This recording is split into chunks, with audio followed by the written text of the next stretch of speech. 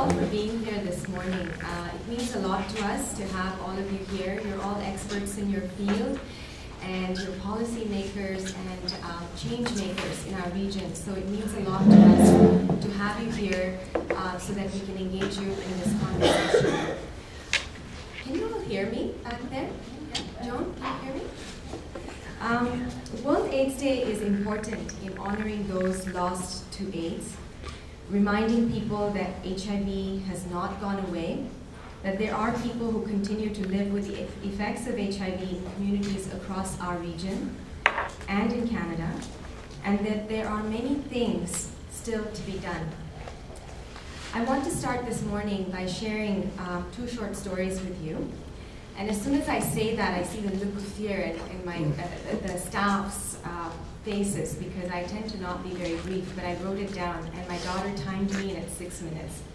So I'll move. The stories are really important because these are the lived realities of people who live with HIV.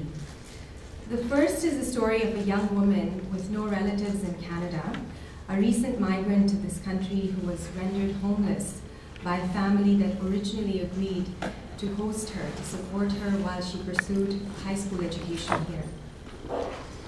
I remember the intense stress on this young woman who could not return to her home country, which was torn by war, and the challenges that we faced as a small staff team of 2.5 individuals at that time in trying to find her immediate shelter while we thought of the next steps.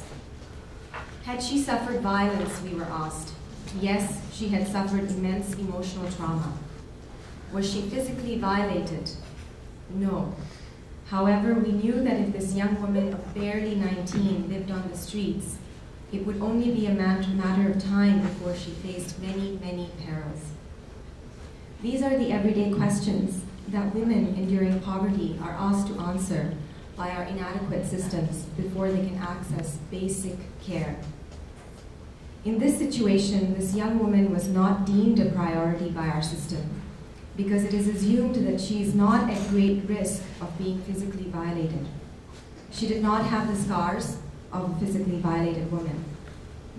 And of course, we were faced with the dreaded news from all the shelters we contacted here in our region that there was no space for one more, as they were all filled to capacity. These are our regional realities. Our young client did not want to go to Toronto for shelter. It was too daunting for her. We were her only trusted family at that time.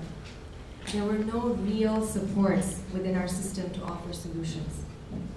So we scrambled to find alternate solutions and found a family to host this young woman in neighboring Bradford in Simcoe County through one of her teachers, while we searched for a local option. During that month, please dare to imagine this young woman's emotional, physical, and mental state.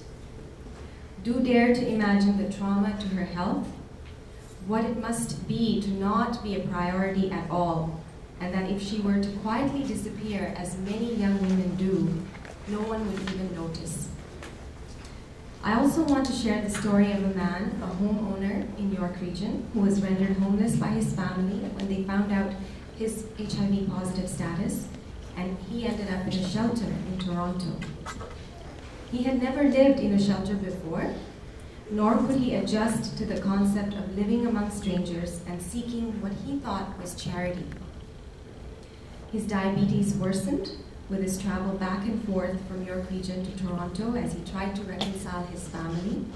His immune system weakened by the daily realities of HIV. After living in a shelter for a short while, he moved in with another person living with HIV who was kind enough to open her home to the stranger. Please dare to imagine the experiences of this man, the emotional roller coaster life had spun his way, having to negotiate a strict treatment regime, managing the complications of his health, addressing homelessness, loss of family to the stigma of HIV, and having no systemic supports in our region. These are the everyday human stories of our region. Just a few days ago, I sat in an auditorium and listened, quite fascinated like the rest of the audience, to Dr. Jeff Turnbull, soon to be the president of the Canadian Medical Association. He said that homeless populations in Canada suffer from disease rates normally associated with sub-Saharan Africa, that the rate of HIV infection among Ottawa's chronically homeless is 21%. The hepatitis C rate is 40%. Research also shows, he said, that someone in a homeless shelter has only a 31% chance of living to 75. In the general population, an individual has an 80% chance of reaching the same age. He said if you really want to advocate for and make changes to health, you have to start to make fundamental changes to the way society is structured. I do believe this is true in York Region. Here, little progress has been made in addressing the lack of access to healthcare specialists for people living with HIV and in relieving homelessness. There is a human cost, a human face associated with the numbers of people living with poverty and homelessness. Today, we still have just one HIV specialist in our region and one family doctor who is readily accessible to those living with HIV. Most of the people we serve commute to Toronto for care. Health and housing is a human rights issue. People living with HIV have the same right to health care, housing, personal safety, and privacy that many Canadians take for granted.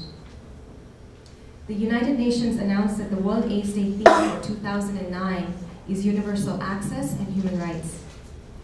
We thought that mere words would not be sufficient this year, that we would turn the statement to action by hosting this educational event.